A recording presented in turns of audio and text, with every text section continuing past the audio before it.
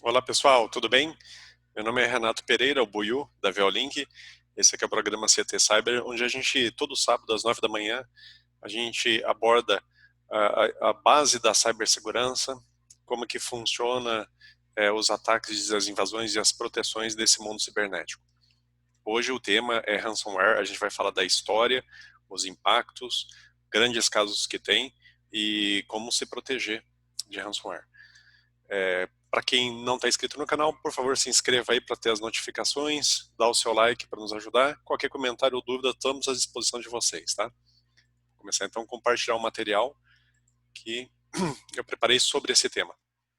Então, o ransomware, como vocês sabem, é aquela tentativa de extorsão digital, quando um hacker ou um grupo de hackers invade o computador, servidor geralmente, e aí criptografa os arquivos ou ameaça apagá-los ou extrai informações sigilosas e ameaça divulgá-las e demanda um dinheiro para tentar extorquir os seus as vítimas, né? Esse tipo de crime, ele inicialmente, ele não é o primeiro tipo de ataque digital. Existiram vírus antes, malware, cavalos de Troia anteriores, só que apagavam as informações. O primeiro crime de ransomware, baseado na premissa de fazer uma extorsão, foi em 1989. Esse cavalo de Troia, esse Trojan, chamado AIDS. E, curiosamente, ele foi criado por um pesquisador, que ele é um PhD da Universidade de Harvard, especialista na área de evolução genética e que era estudioso da doença, da síndrome AIDS. E aí, à época, o que ele fez? Ele criou um vírus de software e divulgou, na verdade, um malware, e divulgou através de uma lista de e-mail, através de uma conferência, distribuiu disquetes com esse, na época eram disquetes, né? Disquetes com esse malware instalado. E aí, depois de um certo tempo, ele demandava, ele exigia das suas vítimas um valor de US$ 189 para recuperar os arquivos. Então é interessante o seguinte, esse senhor, o Dr. Joseph Pop, que tinha problemas mentais, ele alegou depois, quando ele foi julgado por esse crime, né, ele alegou ter problemas mentais, ter dificuldades, é, teve até um episódio muito estranho, que ele foi preso no aeroporto porque a bagagem dele continha coisas ilícitas. Então o que acontece? Fora isso, ele teve uma carreira muito séria, muito produtiva como pesquisador da área de biologia. Mas ele entrou nisso e fez esse envio de disquete e por e-mail para 20 mil possíveis vítimas com esse valor de extorsão básico de US$ 189. Tinha uma segunda extorsão que ele chamava de licença vitalícia. O que ele fazia? Ele criptografava só os nomes dos arquivos. Então ele não criptografava os dados, ele só renomeava os arquivos e ele fazia de um modo que, se ele quisesse, ele poderia reverter. E o que é interessante, o que tem de sofisticação nesse ataque, é que ele já previu um ofuscamento. Então a gente viu lá no framework do attack, a classificação, como que funciona a mentalidade de um criminoso, né, de um hacker, e ele não fazia, na primeira vez que a pessoa utilizasse o vírus, já sair criptografando os arquivos, não.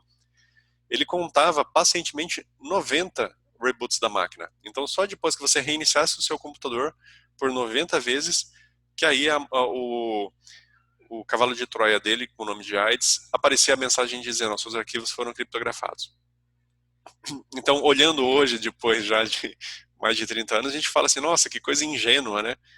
Mas ele afetou bastante gente, gerou trabalho aí para os fabricantes de antivírus, para muitas equipes de TI, e é um caso interessante.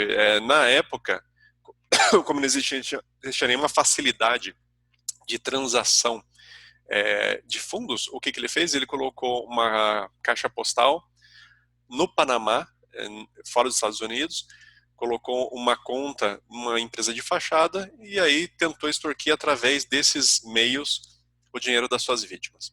Então, esse é o primeiro caso, é interessante colocar como histórico. Para onde o ransomware foi? Quando a gente olha uma análise aí do Centro de Reclamações de Crimes Cibernéticos da internet, do FBI, Esse relatório é de 2017, eu não encontrei nenhuma versão mais atualizada, mas existe lá no site do FBI, qualquer um pode baixar.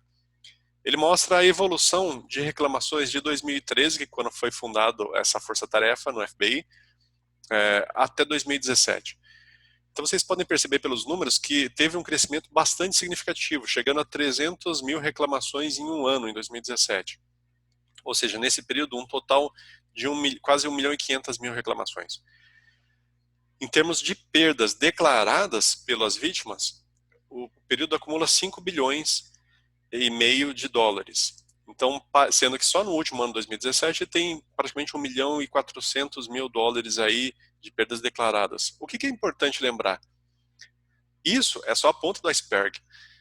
Essas vítimas são aquelas que procuraram o auxílio do FBI, que é a Polícia Federal Americana, declararam que foram vítimas de extorsão através de crime pela internet e tiveram seu crime registrado lá.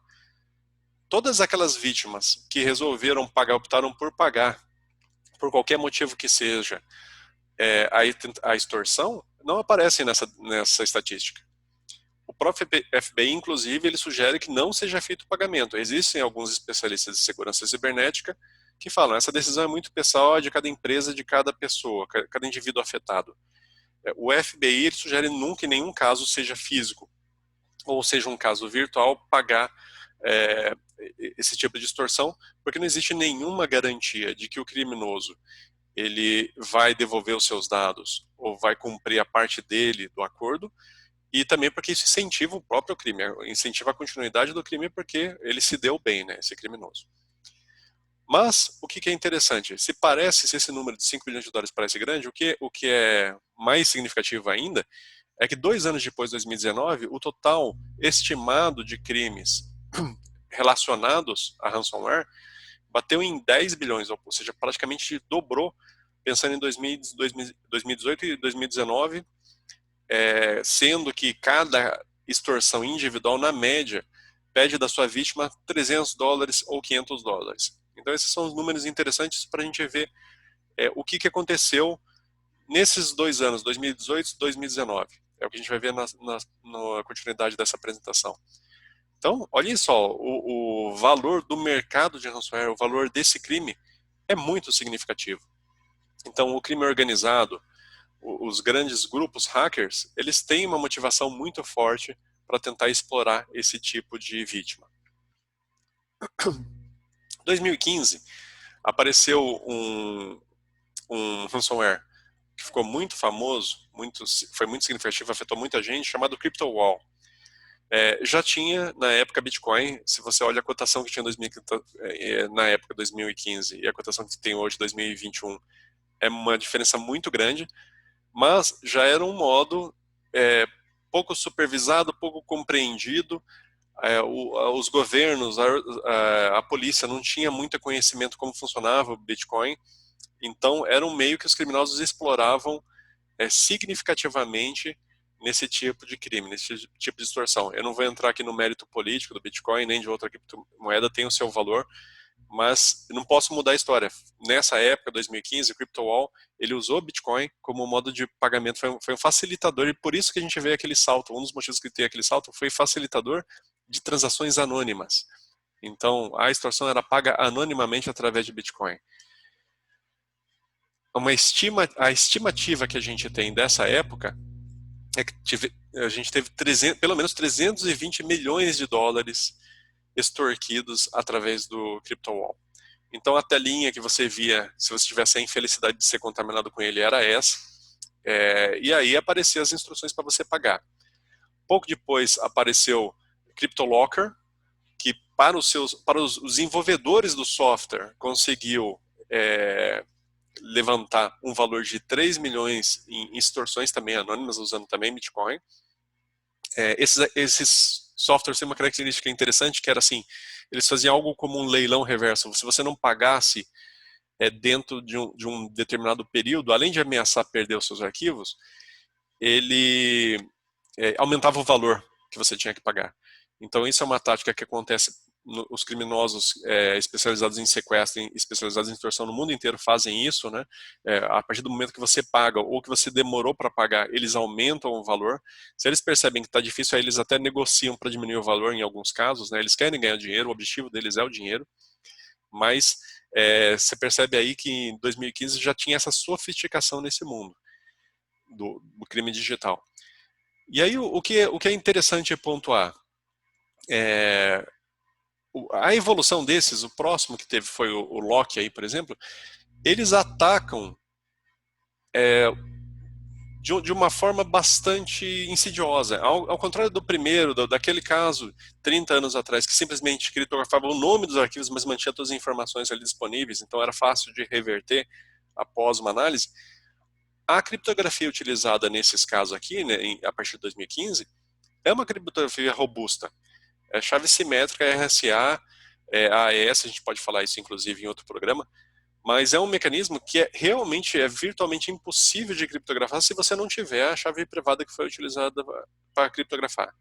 Em alguns casos, os criminosos não tinham essa chave, ou seja, mesmo você pagando o direito do resgate, o valor que foi cobrado, eles não conseguiam recuperar seus arquivos. Então você, no final das contas, você perdia assim os seus dados, mesmo tendo pago o valor da extorsão solicitado pelos criminosos. Então, além do Loki que tem ali, o outro caso que é interessante, o Tesla Crypt, que apareceu 2 anos depois, também com a mesma ideia, criptografava as informações. O que é interessante no caso do Tesla Crypt é a vítima. O alvo de ataque original eram os gamers, então eles criptografavam os dados dos jogos que estavam dentro do seu computador. Então, principalmente os jogos online, que são muito populares, né, os e-sports, algumas informações relativas ao seu personagem, ao seu placar, aos mods que você comprou no jogo, que você ganhou através do seu desempenho no jogo, eles criptografavam isso. E aí os jogadores eles eram convidados a pagar esse valor da extorsão para recuperar os seus direitos de dados dos jogos. Posteriormente, o pessoal que desenvolveu esse Tesla Crypt, esse grupo, né, eles expandiram a criptografia para arquivos de um modo geral, arquivos que eles consideravam como arquivos importantes ou críticos. Então, o que é interessante em todos esses casos? Os vetores de ataque, de uma forma geral, é anexo em e-mail. Então, o caso mais importante, quer dizer, o meio mais comum que esses hackers utilizavam para iniciar, para ser o primeiro vetor de ataque, de exploração de fragilidade cibernética, era anexo em e-mail. Então, a ingenuidade do usuário de achar que aquela cobrança indevida que está aparecendo como um anexo é realmente uma cobrança fidedigna e clicar naquele anexo, abrir aquele anexo, é isso que gerava esse tipo de problema. Pop-ups, então entrar em determinados sites e aí os sites, o hacker maliciosamente cria um pop-up que é uma janelinha extra dentro do navegador, mas que finge muito bem que ou é do navegador sugerindo, vou instalar uma extensão aí para te ajudar a fazer, limpar o seu computador, deixar o seu computador mais rápido, por exemplo, uma alegação que eles usam muito, ou fingindo com muita fidedignidade que é uma janela do sistema operacional, do Windows, do Linux, ou seja o que for. Então ele aparecia a janela dizendo, você deseja postergar a sua reunião das 3? Às vezes a pessoa sem ler, sem ter noção, ele clicava em sim ou não, e na verdade aquilo era uma instalação de um malware dentro do computador. E por último, mensagens em mídias sociais. Então, a gente está falando de 2015, nessa época Facebook já era muito grande, um pouco antes tinha outras mídias que hoje já não existem mais, né?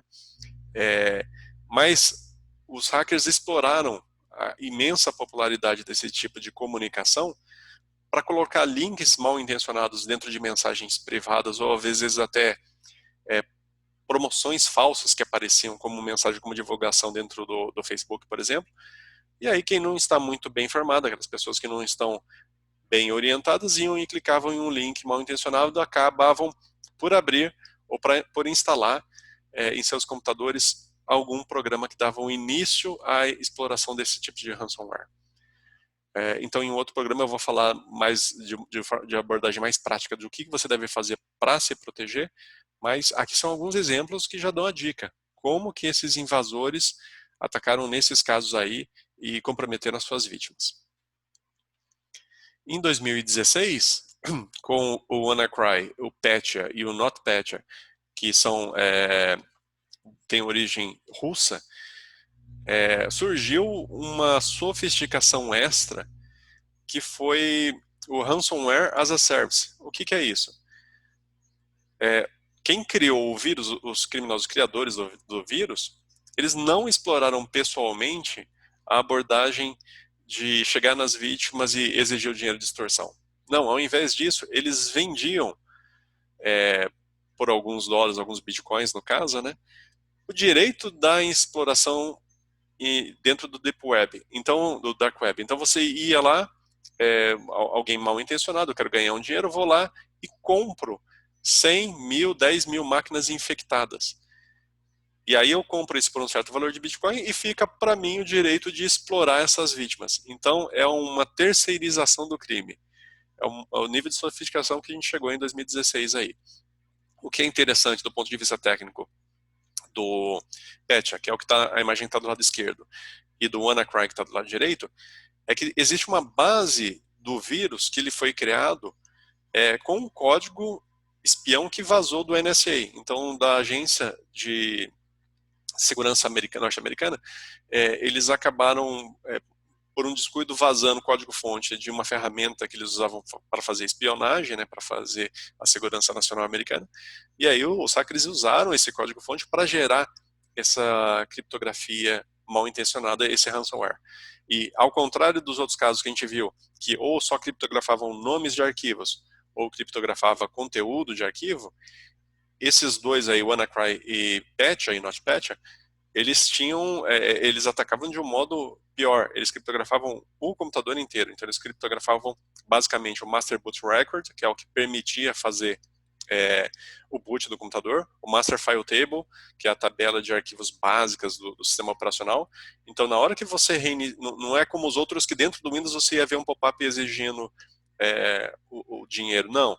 A extorsão era no boot do computador. Às vezes eles alguns desses causavam inclusive o reboot automático do computador. E aí você chegava no outro dia para trabalhar ou para usar o seu computador pessoal em casa e você via essa tela, uma tela dessas, e não tinha o que fazer. Se você não pagasse o valor cobrado, eles não te liberavam a chave de decriptografia e aí você não ia conseguir nem sequer dar o boot para ver os seus arquivos. Lógico que depois a comunidade de empresas que trabalham com antivírus, que trabalham na segurança cibernética, criou ferramentas para decodificar e para vencer esses ransomware.